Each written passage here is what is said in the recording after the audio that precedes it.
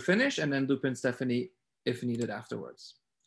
Okay, with that, I am really excited to welcome all of you to our Lunch and Learn today here at Trailhead. Today is a special Lunch and Learn. It's a bit of an unusual one for us. We are a 501c nonprofit organization that focuses on early stage entrepreneurship.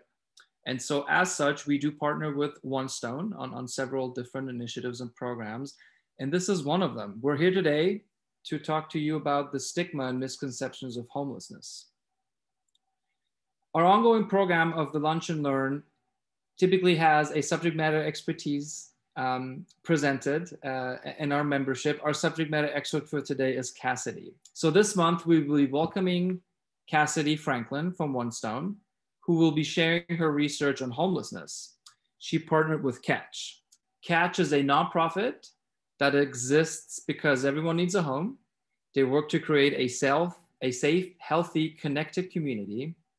And with that, I would like to invite Aiden to say a few words about Catch, the partnership with One Stone, and help us set the table and contextualize the work that Cassidy is going to share with us today. So if you can just briefly introduce yourself and tell us a little bit about this program before I hand it off to Stephanie, that'd be great.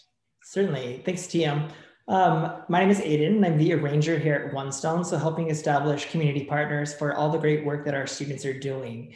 We partnered with Catch for about 4 years now, primarily starting off with a project Cassidy's been involved in, but a group called FLIP, Families Living in Inspired Places, where our students have been working with Catch to help their initiative of rapid housing and those families exiting homelessness, us really working on that effort to help play on this idea of how can we help make a house a home. Oh, it looks like Stephanie's joining us, so perfect. Maybe she can chime in here too. And so, yeah, our students have worked, countless hours with them over the last 4 years, establishing and learning and understanding, experiencing homelessness and what that looks like. Catch is doing some amazing work in the community, really focusing on that rapid housing initiative and focusing on getting these individuals housed first and then giving them the support and resources that they need afterwards. So doing some amazing work. Stephanie, it looks like you're just joining us. We're just talking a little bit about Catch right now. I'm not sure if you have power or not. We're out of power here at One Stone, but using a remote hotspot. So hopefully if you're able to join us, feel free to unmute yourself and chime on in. But yeah, we're really excited to introduce Cassidy. I'll let you talk a little bit more about her TM. But excited to be here and to share with you all of our findings and what we've been working on. Very nice. Aiden, I noticed you used the word home and house. Can you tell me a little bit more about that choice of words there? Definitely. When it comes to the context of our students and some of the projects they've been working on, primarily they've been working with the children in those families. And so yes, there's a house, which is a building that you can reside in, but there's also the concept and idea of home and what it means to have a home and that place where you have memories and that's so dear to you. So for us, really getting those students to work on this concept of how can we turn that house into a home and make this a place where these students who often are experiencing trauma can feel comfortable and really begin to start over and start fresh with new opportunities. Yeah, I asked because I think that's a very important distinction between what you call a house and what you call a home and the attachment that comes with that. So that's pretty powerful. Stephanie, are you able to hear us and maybe join the conversation? I can hear you. I'm not sure if you can hear me. We can hear you just fine. Hi, Stephanie. Oh, okay, great. Hi. I'm sorry. Our power is out as well. Oh, that's okay. We're just glad to have you. And it wouldn't be Trailhead and we wouldn't be nonprofits if we didn't have any adversity to deal with. So I'm just glad to have you. Yeah. I was just asking Aiden to give us a quick overview of sort of the partnership between One Stone and Catch.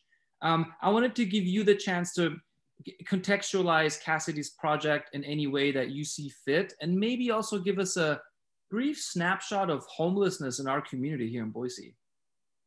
Sure. So Cassidy was working with our Taking Root program, and I apologize, I missed the beginning of the presentation because I couldn't connect. So hopefully I'm not repeating what someone else already said. But Taking Root basically is a program designed to help families that are staying in a shelter or a car or outdoors look for housing, which is now the hardest part of the whole process and did not used to be. And we help advocate for clients, help cover the costs of application fees. Once they're approved for an apartment, we can cover the cost of the deposit, the first month of rent and utilities. That's kind of the bare minimum assistance that a family would receive. And then after they've moved in, we start working on their stabilization plan. Rapid rehousing is really designed for families that maybe don't have everything together today to be stable long-term, but they don't need long-term support. They just need a little bit of time to stabilize. So we work on that stabilization plan. That could be finding a job. It could be finding a better paying job. It could be filing for child support. Lots of different options depending on the situation. And then we can technically support that family with rent and utility assistance and case management for up to 2 years. If a family's with us for 6 months or longer and they haven't made a lot of progress and they are still pretty dependent on us, they probably need a higher level of care than rapid rehousing is designed for, usually due to like mental health challenges or substance misuse. And so there is actually a program designed for that. So we can basically kind of create a bridge to that program from ours, where they don't have to move and they just change which program is paying for their rent and the case manager. So each family is kind of working toward that point where they can afford their own rent and utilities on their own. And once they get there, we stop paying the rent and utilities and they start taking over those payments themselves. However, we keep them in the program on case management for a couple more months just to make sure that they're really stable enough to graduate, and then they graduate from the program and hopefully move past this and can forget that it ever happened. So that is the program that Cassidy was supporting. And just a little brief overview of what's going on with homelessness right now. So COVID has really changed the landscape. Pre-COVID, we generally had about 150 families in Ada County in shelters or on the streets at any given time. Post-COVID, we're close to 260. And so that has really increased. However, the interesting part about that is that it's not a lot of new families. In a normal year before COVID, a lot of families would what we call self-resolve, which means maybe they'd come in, they'd get on the wait list for a housing program, but they'd figure something out on their own, like they'd move out of state or they'd find their own apartment without our help, or they'd move in with family. So a lot of families would do that throughout the course of a year. And what we found with COVID is that once someone has entered the system, they get kind of stuck in it now. There's not really any way to get back out. So it was not that there was a huge increase in the number of families entering the system. It was that they got kind of stuck in the system once they entered it. And that's just the family side. We generally have about 350 single individuals. Before COVID, right now we're close to 500, and there was a huge increase in the number of single individuals that are experiencing homelessness right now. So it's a little bit bleak as far as what's going on in the community. There aren't very many shelter resources for the amount of need that we have. So there are lots of people staying in cars, which you may have noticed throughout the community. People they have to move every so many days to keep from being ticketed or asked to move. But lots and lots of people living in their cars right now. And so that's kind of the general overview of what's going on in the community. And if at any point anybody has any questions, feel free to reach out and ask. I really appreciate you sharing this, Stephanie. It does sound bleak, but I have to say that we're here to raise awareness, and that's part of what brings us here today. Before I pass it on to Stephanie, before I pass it on to Cassidy, I want to make sure that I ask you this, Stephanie. For Catch as an organization, I run Trailhead. We partner oftentimes with various organizations.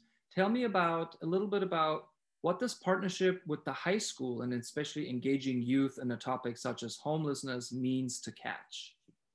Oh man, I mean, homelessness is such a complicated issue. It's not black and white. It's not just about getting a job. It's very complex. And only 1% of us will ever experience homelessness. So like 99% of us will never actually know what that means.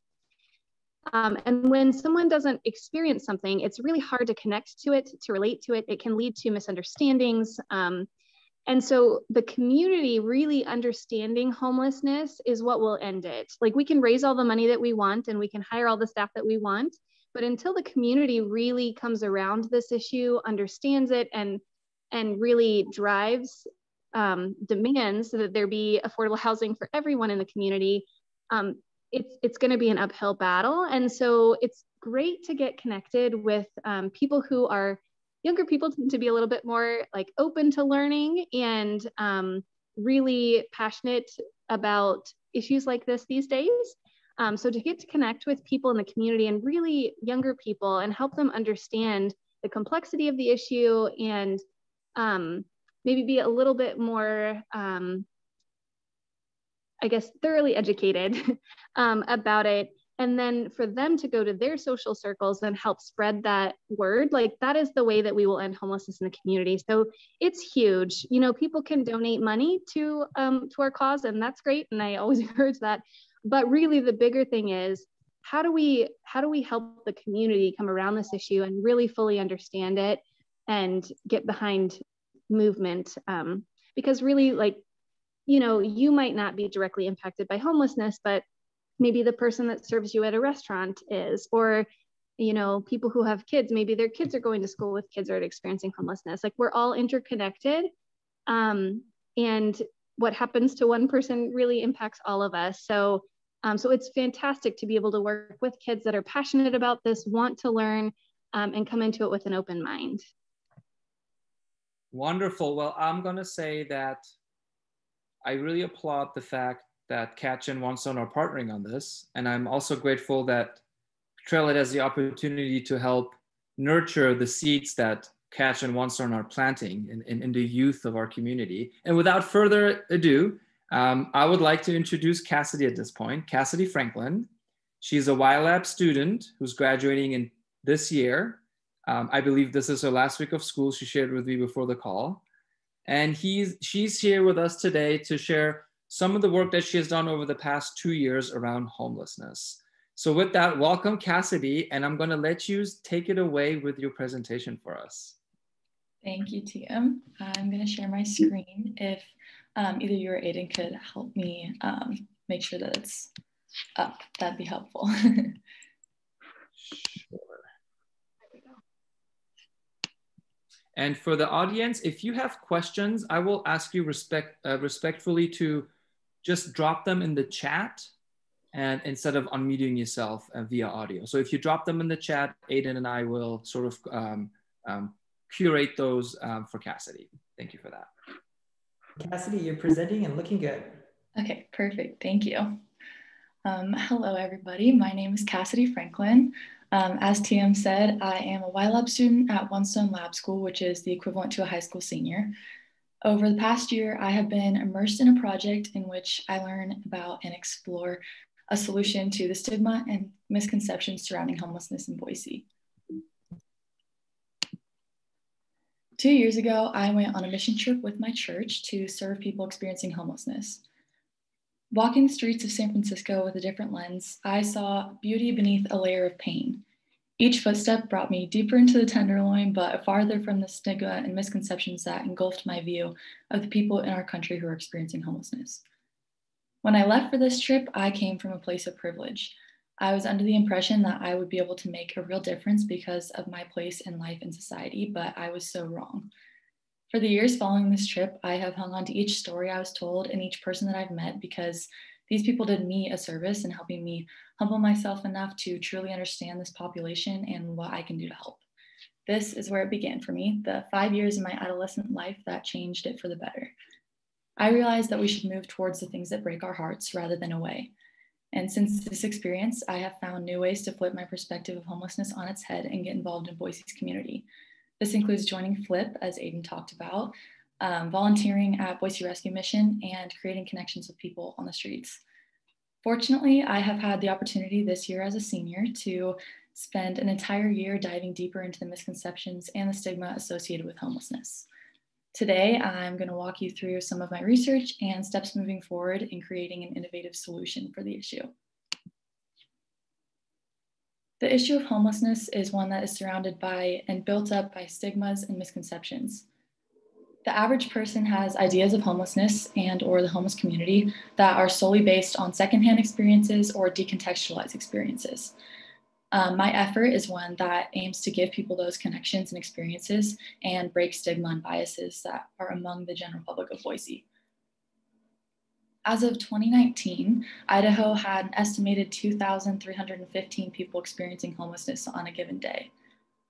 Of those, 243 are family households, 201 are veterans, 188 are unaccompanied young adults, which are ages 18 to 24, and 449 individuals have experienced chronic homelessness.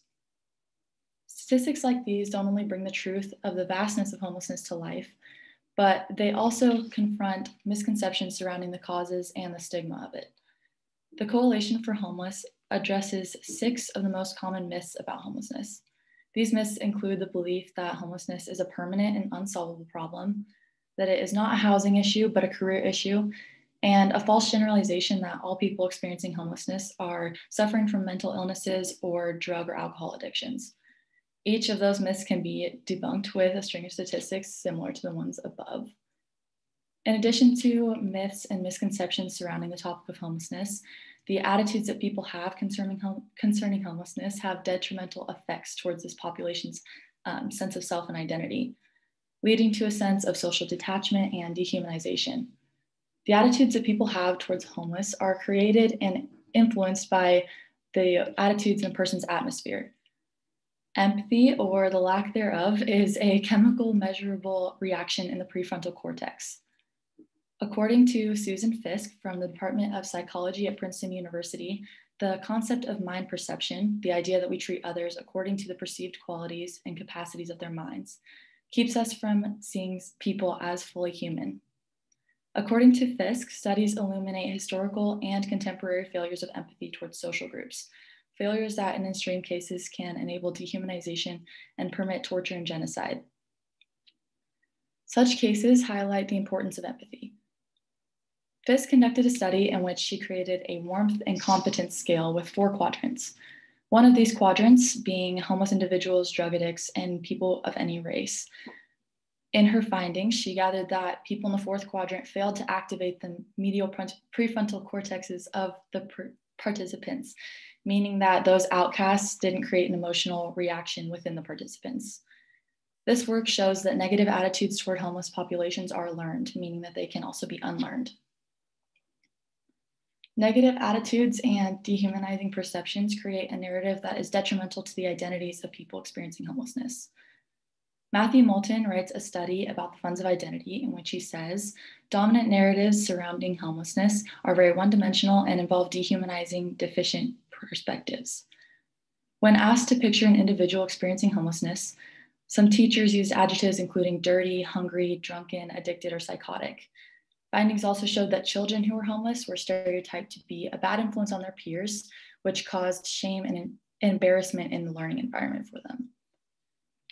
A study was conducted using these funds of identity, which are geographical, practical, cultural, social, and institutional funds that show how important one's surroundings are and the things that they're involved with are to their identity.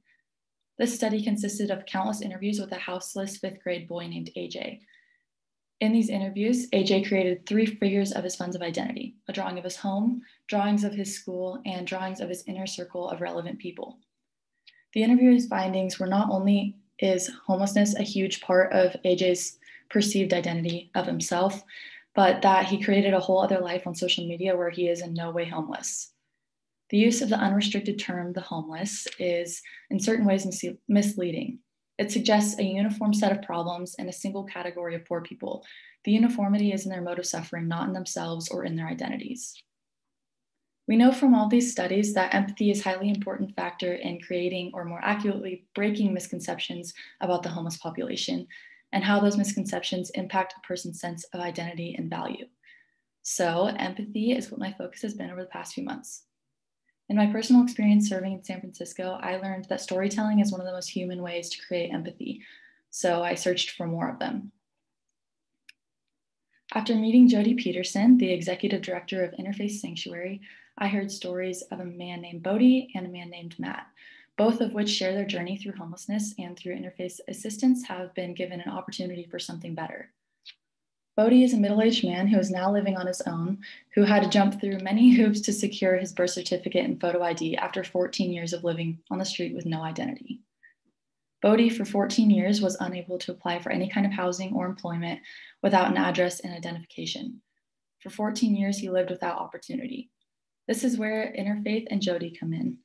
Jody took Bodie through the process of obtaining an ID in which she used a divorce decree, intake form, mugshot, and an envelope addressed to Bodie from years ago, proving Idaho residency.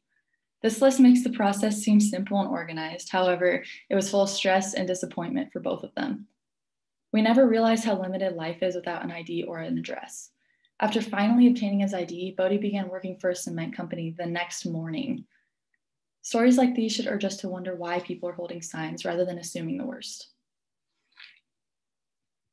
Another story that I was told is the journey of a man named Matt Compton. Matt has 2 daughters and has worked his entire life. He has his own place and he loves and takes care of his family. He spent 25 years in marketing before he had a stroke that devastated him and his family. Matt was good at his job and he loved his job, but was hit with a wave of bad luck. With a new inability to walk and remember things, Matt couldn't hold on to his career. He lost his housing within a month or 2 from there and found Interfaith. The first thing they did to help was help him apply for disability, which is an incredibly long process that even when attained, does not give Matt enough money for housing. It took Matt an entire year to get it, and he is now on a wait list for supportive housing because he can no longer live independently. These stories are of people who are dealing with real human problems, and I believe that their stories, along with others in the Boise's homeless community, deserve to be heard. I am now working to create a children's book sharing the story of empathy and a change in perspective. This story will be colorful and kind, and it'll be human in every way. It will point out that homelessness is a subject of circumstance rather than identity. This initiative has the opportunity to reach young children who have not experienced the stigma surrounding homelessness, but also their parents who might need a change of perspective the same way that I did 2 summers ago in San Francisco. 1 or 2 stories may not seem like much, but to the people who lived them and to the people who listen, they can make a change bigger than you think. If you're interested in being notified when this book is completed and ready for purchasing, or if you know any contacts of illustrators that I could come in contact with, please fill out the Google form using the QR code on the next slide. This form also has a link at the top in which you can view the story for yourself and read through it. The proceeds of each order would be donated back to Interfaith to create more opportunities for people to have stories of triumph over their tragedy. If you missed the QR code or have any issues with it, we'll also be sending you the QR code and some other information next week. Wayne Chiesa says it takes a society to combat homelessness and a strong nation to fight poverty. So here's what you can do. There are hundreds of ways to make change in our community today, and they all start with empathy and kindness. So start with the small things. Acknowledge and wave at people on the street corner holding a sign. Research and understand the lives of people experiencing homelessness, and choose to see those around you as equals. Change never starts with the big things. It starts with our mindsets and our desire to understand the people around us. Leaving here today, I leave you with a challenge to be kind and be willing to have hard conversations. So let's have a conversation. I'm going to open it up to a Q&A, and I just want everyone to keep in mind I am a student and I'm still learning about this, and I have a long way to go in my process of learning about Boise's homeless population. So I'll answer questions as best as I can, but in all honesty, there will be things that I don't know. I'm going to put it back on this slide for a minute just so that you can see that QR code for a little bit longer. But yeah, good call. And I suggest you leave it on there in case people want to get out their phone, get their camera out and scan that QR code. Wow, let me start with saying that. I'm going to get into some Q&A that we received in the chat, starting with one for you, Cassidy. So one of our attendees is asking, after making the statement, one stone allows you to focus on your passions. Why is homelessness a passion for you? I definitely would go back to what I was talking about a little bit before with my experience with the mission trip 2 years ago. that initially started with a passion for Jesus Christ. And I went on that trip wanting to serve him and my brothers and sisters. But after leaving that, I learned that I had a false perception of people experiencing homelessness. And everyone that I met and encountered had a story that proved to me that people experiencing homelessness are more kind and selfless than people I encounter on an everyday basis. And I kind of grew in my passion for people through that trip and realized that it kind of frustrates me that there's so much misunderstanding and misconceptions surrounding these people. And I think they deserve better. So it has definitely inspired me to get passionate about this and do a lot of work to show other people why they should be passionate about it too. So was it simply the act of experiencing that experience that made you passionate? So Absolutely. in other words, you uncovered a passion of yours by doing that. Okay. Yeah, absolutely. It was definitely hearing stories of the people around me. I brought a journal with me on that trip and wrote down every story I could remember that I was told that day, because each one brought me to tears, and I made a lot of connections that will stick with me for the rest of my life. And so I think that's why I went the storybook direction with this project, because storytelling has had an incredible impact on me. And I think that it can have the same impact on other people. That's amazing. And Garrett actually has a question that I was wondering about as you were presenting and you were talking about your experience with these individuals, and you called them by name, which is something I've been encouraging my friends and colleagues to do when they do interact with someone from the homeless community, is to ask them their name and call them by their name to instill some dignity in that conversation. But Garrett's question is, can you tell us more about your conversations / friendships with people experiencing homelessness? And I'm also curious, as you approach them as someone who's not homeless, how do you build that relationship, and how would you characterize those interactions with them? Well, the stories that I talked about today are ones that I heard secondhand through Jody and her case managers. But the stories that I heard on the mission trip and some street experience with my friends and I would buy popsicles and water bottles on like really hot days in the summer last year and bring them down and just talk to people. And I think simplifying that is what's going to make those conversations meaningful. I've created relationships with a bunch of different people just through those conversations. Like an example of that is at the Boise Rescue Mission. Before COVID, we had the opportunity to serve dinner and then eat dinner ourselves with the people in the shelter. And that was super impactful because every time I went, there was the same man that I would sit with, and he would talk to me about Jesus. And I would learn so much more about my faith from somebody that I barely knew at first. And there's other people that I've been a one-time encounter, like a man named Joe, who he lost his housing because he couldn't pay his rent because he was paying medical bills for a brain tumor. And he had terminal cancer. So my friends and I would go visit him he would sit by the side of Boise Rescue Mission on River Street, and we would go sit with him and talk to him, and he would tell us about how he lived the high dollar life and the low dollar life. That was his kind of catchphrase. But honestly, just like simplifying conversations and learning to talk to people is what has created those relationships for me and made this experience so much more meaningful. So at the end of the day, is what I hear you say is that you characterize those friendships and relationships just like you would any other. I mean, exactly. once you engage and you see that there's a human on the other end of this conversation, you just revert to things as normal then. Mm-hmm. Very interesting, very interesting. You know, this might be before your time, but there is a very popular rap song from Arrested Development. It's called Mr. Windle. And they go on talking about how they met this homeless person who doesn't have an identity and doesn't really, feel like, quote unquote, a citizen of the Republic.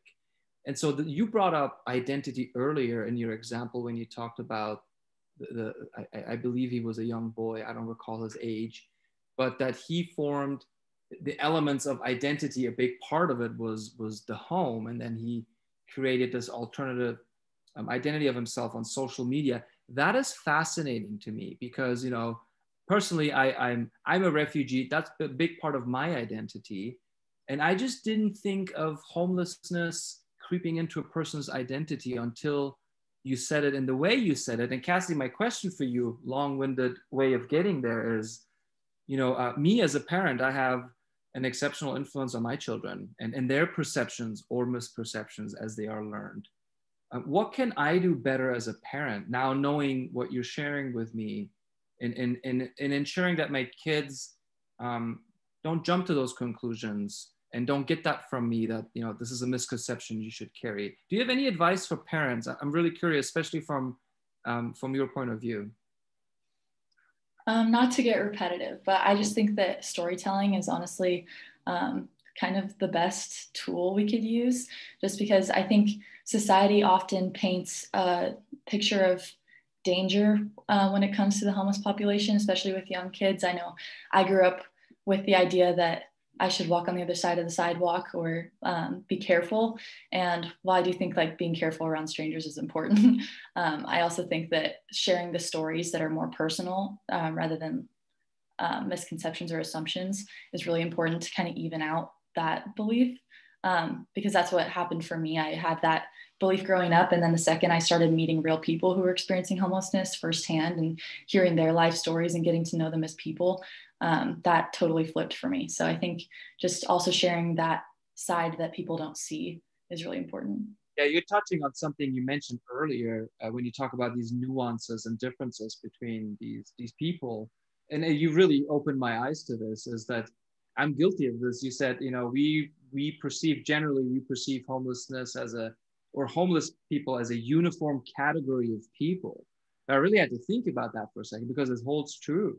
It held true for me until all it took was you saying the way you said it, and I had to rethink my perception, and I had to change that. We have another question here from Garrett, just in time because I was almost out of questions. Garrett asks, do you envision yourself continuing this work in a volunteer and or professional capacity? And his second question, and I'll repeat it if you forget this, is how did this project impact your future career goals? Absolutely. This is definitely going to be a lifelong passion for me. A big part of One Stone is really focusing on the things that break your heart and then learning to turn that into passion and make a difference. And this project has been like super long and grueling, and it's been an entire year of doing this for like 3 hours a day or more. And I've put a lot of hours into this and had to balance my personal life with this project and making it impactful. And I think what I realized through all of that was that I can carry this out through the rest of my life, because through whatever career I have, like the topic of homelessness will always be something that I am passionate about. And I think this project has really taught me that I can balance something like this where I'm getting really involved and also balancing my personal life. So if anything, it's just showed me that I can keep doing this forever and keep caring about this population of people and keep learning, because I have done some research obviously on misconceptions and stigma, but I am definitely on the undereducated side of things when it comes to this topic as a whole. So I think it's also helped me realize that I can always keep growing and keep learning about it. Yeah, while you may be, I mean, undereducated might be a stretch here, but I think you're on the journey, and that's what matters. And you talk about how One Stone facilitates youth to pursue their passions. And I don't think if it was any other way that you would be able to do this on your own free time and have discovered this passion. So my question for you is really, what have you learned about yourself? This is my question, literally. No one put this in the chat. Tell me what you learned about yourself as you worked on this project for 2 years, and now you're sort of looking at it in retrospect and you're sharing it with us. Was there any aha moment that you had about your own misconceptions?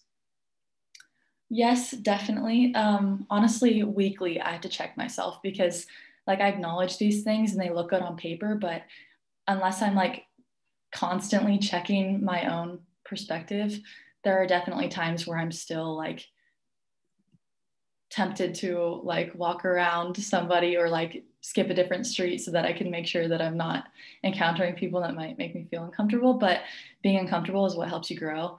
And there are a lot of times where I still don't see people experiencing homelessness as equals, which makes me feel sick to admit, but it's true. And there's always going to be like room for me to grow and keep changing my perspective.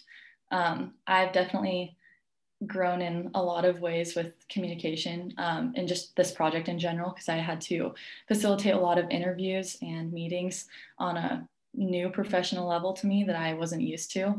And so like embracing how uncomfortable that was for me. And then also learning to use passion as a tool, because this was a really long project and I did experience burnout through a lot of it.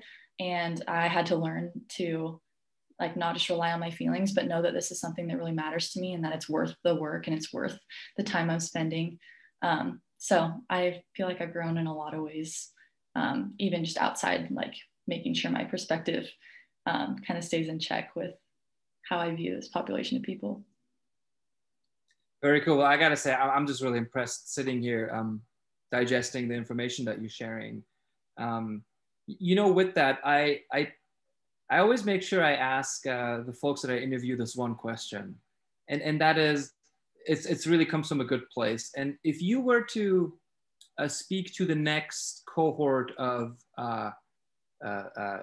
people like yourself, youth that's about to uncover, has the opportunity to uncover a passion project of theirs. So what kind of advice would you give yourself 2 years ago when you started this? And maybe what would you say to those who are sort of on the fence?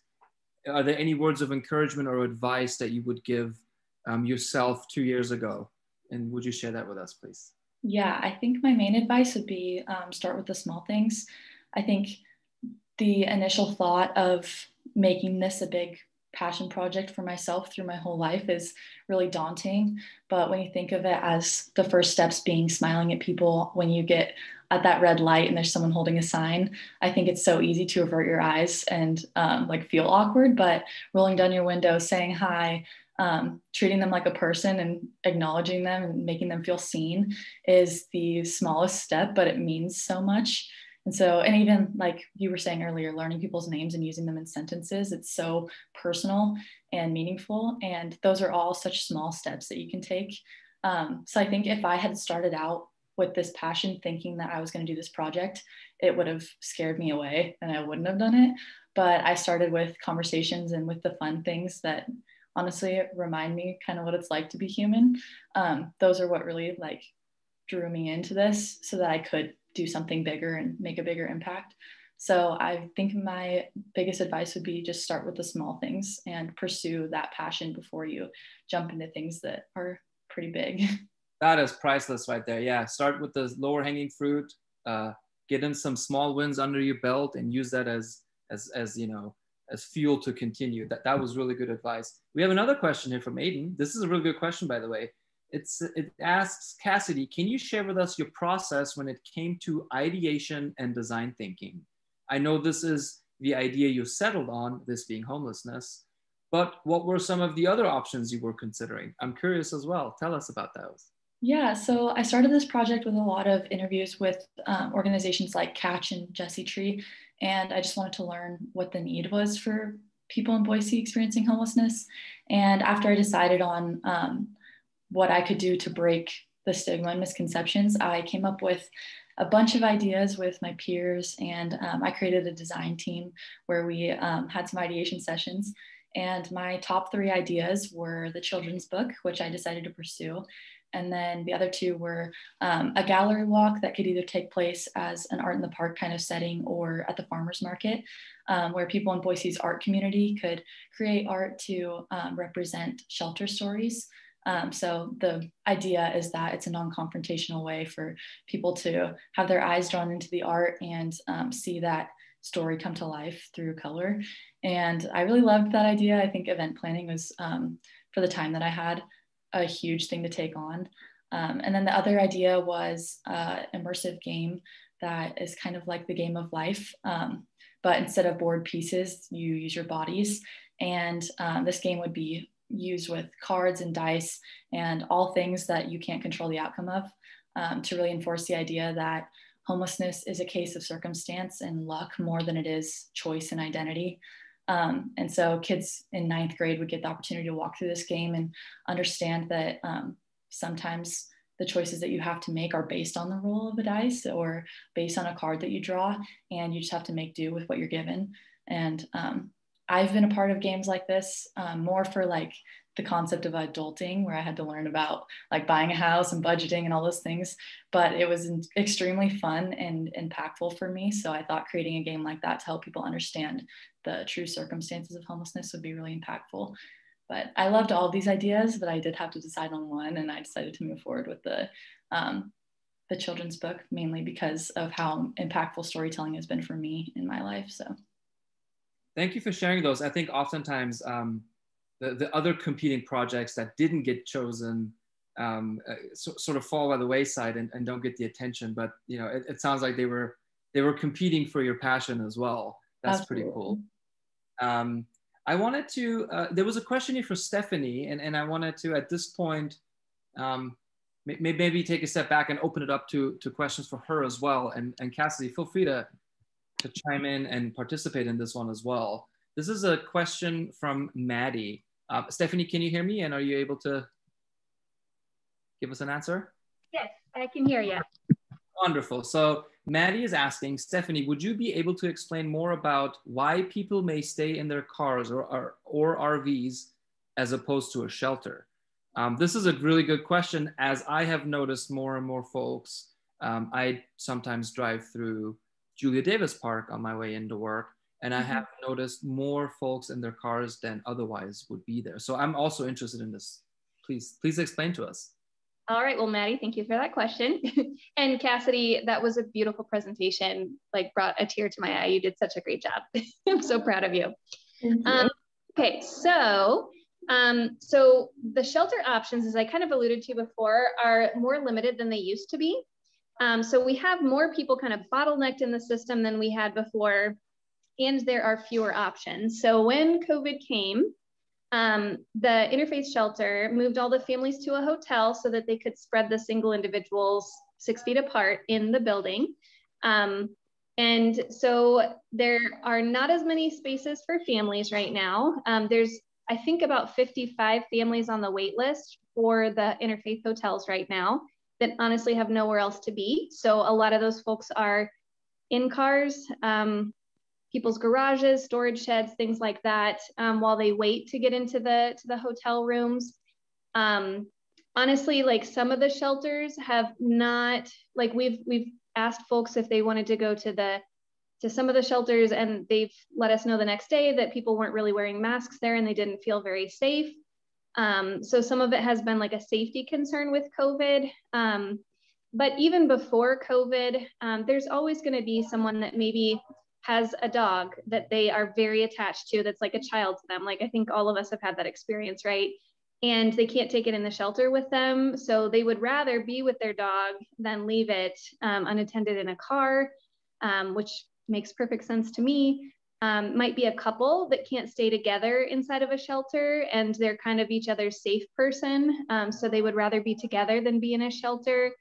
Some people have like social anxiety.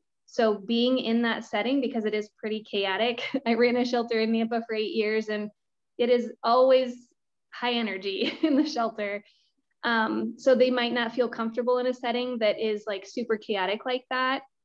So yeah, it's a very complicated thing, but honestly, right now you're seeing more of that just because there are fewer shelter options and people aren't able to get out of the system like they were before COVID. Fewer options, more backlog, and then a variety of reasons why the shelter is not a fit necessarily for these folks. That's kind of what I've heard. You know, yeah, Stephanie. I don't know how much this comes into play, but we have also as a community experienced a lot of growth over the last year. And so I don't know how much that plays into the growth that we see in our population as well, but I'm sure that affects it somehow too. That's a good point, actually, about the growth. I didn't consider that. You know, if I can get you to comment on this, you know, my daughter the other day was talking to me about one of her classmates, and the first thing she said about this classmate is that this classmate was homeless. And I have to be honest with you, I never even, as I drop my kids off at school, I never even considered that one of their classmates doesn't have a home to go to after school. Can you maybe help us wrap our minds around the scope of this issue? Maybe short of statistics, I mean, how many are we talking about? Do you have some insight that you can share with the audience? Yeah, that's a great point. So when I'm talking about homelessness, just know the school districts will give out numbers for the number of students that are experiencing homelessness. Their numbers include people who are staying with friends or family or in a hotel, what they term doubled up. So the Department of Education definition is a little bit broader than the one that we're used to, which is HUD's definition, which is people just staying in cars or shelters or outdoors. So our numbers that are more restrictive than the school district's numbers. So our average family size is 3.3, and I'm a social worker, so I can't do math in my head, but that means that there's probably about 2 kids in each household, and there are 260 families. So what is that? 620? Did I do that right? Children, sorry. Children in Ada County that are in the situation, like I'd mentioned, there are 50 families on the wait list for Interfaith Hotel that are probably in cars or someplace outdoors because they can't get into a shelter. So kids are definitely very much being affected by the pandemic. I'm sure lots of kids in lots of classrooms have classmates that are experiencing homelessness. Cassidy, in your interactions with these individuals, what was your take on children? Did you see a lot of children? Were you able to interact with them, or was this completely separate from your project, this being interactions with children? The majority of the people that I came across weren't families. They're usually individuals experiencing homelessness. So I haven't had any personal experience with children. But I think that, I mean, my perception of that is probably because it's a lot harder to see in a school setting, just because at school, everyone's a learner, and there isn't that much that sets you apart in that way, especially as kids. Kind of like the point of the children's book is that kids don't yet understand what makes people different if they don't have a home. So at school, it's a lot harder to see. But I haven't had any personal conversations or experience with people who are experiencing homelessness as children. Okay. I think there's a lot of shame involved for kids. Like I know kids don't sometimes like being picked up by the bus in front of the shelter because they don't want their classmates to know that they're living in the shelter. So I think kids try to hide it with their peers because it's so hard to fit in school anyway, right? And then add on top of that you live in a shelter for people experiencing homelessness. Yeah, it sounds like almost one of those adverse experiences that potentially that kids can experience. I want to make sure I get to this question too, because I know nothing about this. Joel is asking you, Stephanie, to talk a bit more about our Path Home initiative. Can you talk more about it?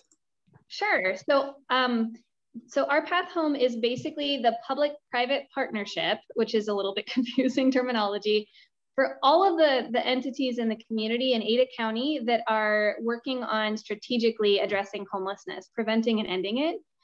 So it is led by the city of Boise. They have some staff dedicated to leading it. And then there's about 40 partner organizations that are a part of it. There's a governing body. The executive committee kind of sets the strategic plans. And that includes the housing authority. We have a developer on it, healthcare workers, government entities, us. So it's a diverse group of different service providers that are really coming together to collaboratively work on strategically addressing homelessness in our community.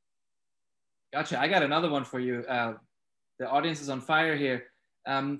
Stephanie, you stated that you're working with the high schools. And so Linda's asking, what do these programs look like? Are they educational to students and teachers? Well, the schools are a partner of our Path Home. So a lot of it is coordination with the school social workers. So the school social workers are working directly with the families experiencing homelessness. And so we help the school social workers kind of know how to connect their families to resources that they might be eligible for. but they're very actively involved. The school districts are great partners. Yeah, and I can sort of see a trend here. I think folks are really looking for on-ramps to engage with this issue in general. And there seems to be not a clear path to this on-ramp. So while I have you here, we had another question here from Garrett asking all of us here as speakers to share more about other meaningful collaborations like this one between Catch and One Stone. What other collaborations are out there in our community that you would highlight and maybe encourage people to look into and seeing if they can support it? Around homelessness specifically, yes. Yeah, I mean, Our Path Home is probably the best example of that. It's like pretty much anybody who wants to work on the issue of homelessness, kind of the coordinating body for Ada County.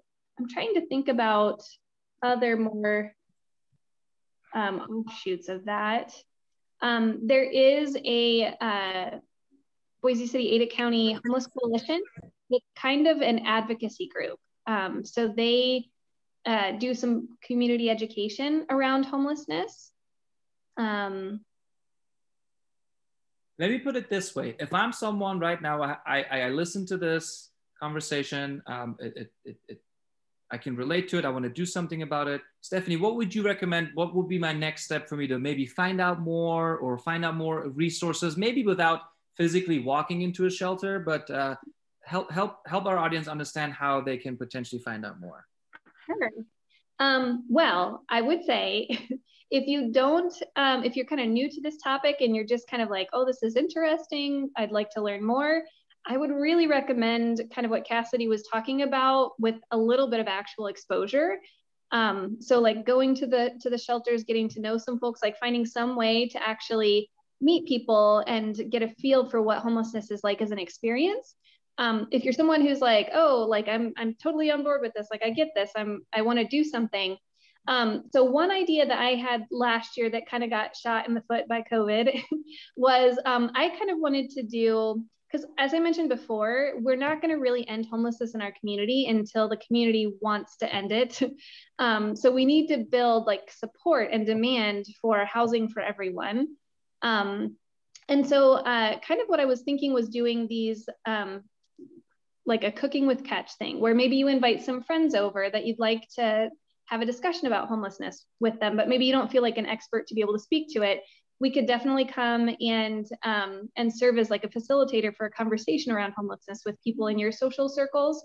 I think really the most impactful work that any of us can do is helping people, like Cassidy was talking about, build empathy, like really dive deeper into this topic than just like things that we hear in the media and we see on TV and we might think, but we've never actually had challenged before. So that would be great. Like we'd love to help facilitate conversations. Pretty much any of the service providers out there, including Catch, love volunteer groups to come out and get connected with the work. So there's lots of different opportunities, but honestly, you have the most power in your social circles. Like that is where the most potential change can come from. I actually have one too. Kind of like Stephanie was saying, if you are looking for a personal experience, there is a group in Boise called Neighbor Idaho, and they join together to, actually I think they go out once a month, and they spend the month gathering supplies from companies like socks and hygiene kits, water, food, and once a month they post on their Instagram account, and the Boise community, anybody who's wanting to get involved can meet at their meeting place and then walk around and hand those out and have conversations. And that's a really great place to start because it's pretty low pressure since it is such a big group, and the people who are facilitating it are pretty good with starting conversations and will lead the group. So if you're uncomfortable with having those conversations, you can kind of observe but still be a part of it. So if you're looking for a personal experience, that's a really cool group to be a part of. Very cool. We are about out of time. I want to make sure to mention, Stephanie, if you could drop your email address in the chat. There's a lot of folks that I think that are looking to support and help, and I want to make sure I facilitate that connection. And I will end with this question, and it states, this is from Joey. Is subsidized housing one tool in our arsenal to combat homelessness in Ada County? Besides that being subsidized housing, what other tools are proven effective in our community? I'm guessing that might be a question for me. I would suggest you can start. Yeah. Yeah, I mean, subsidized housing is great. Honestly, we are not very advanced in this area yet in Ada County. We've been building momentum over the last 5-6 years, and we're at a really good place, but we're just kind of diving into things right now. So there's a program like other communities that have much more intense housing challenges than we do, have had to be really creative, and we can learn from them in the ways that they think. So things like room shares, like maybe if people have limited income, they would be willing to have a roommate, and we could help people who want roommates like match and find each other, like not a dating app, but like a roommate app. And there was a program in Minnesota that I thought was really interesting, where a lot of folks who are elderly are at risk of losing their housing because they have very limited income. Like they have the asset of the house, but they have lots of medical bills and property taxes and things that they're finding hard to afford. And so maybe you could kind of kill two birds with one stone by helping, like maybe if they have an extra room, having a single mom stay with this person who's at risk of losing her house. So you're preventing homelessness and ending it at the same time. So there are some models out there that are really creative and outside of the box. We're just kind of on the edge of jumping into some of those things. But yeah, lots of good ideas out there. Thank you for sharing. I really hate to do this, but we are out of time and over time. There are lots more questions in the chat. So I would suggest to those who are interested in continuing the conversation, I don't want to be rude and cut everyone off. I have to. Stephanie has dropped her email in the chat. So go, you can chase her down. You know where she lives. You can get a hold of her via email. And as we follow up with the recording of this session, a working QR code, I will also include my contact information as well as Cassidy's. And with that, again, being respectful of everyone's time, I just want to thank everyone for being here today, and for specifically to Stephanie and Cassidy for going out on a limb and sharing with us about this very important topic that faces our community here in the Treasure Valley. We will follow up next week, like I said, with an email with more information about this session, as well as our next Lunch and Learn with the two-wheeled wanderer, Ted Kuntz. That'll be on June 30th. But until then, I'm your executive director at Trailhead. You know how to get a hold of me. Stephanie dropped her email in there. So let's keep this conversation going. Just because I'm going to hit end meeting for all doesn't mean that this is the end of it. So with that, thank you all and goodbye for now.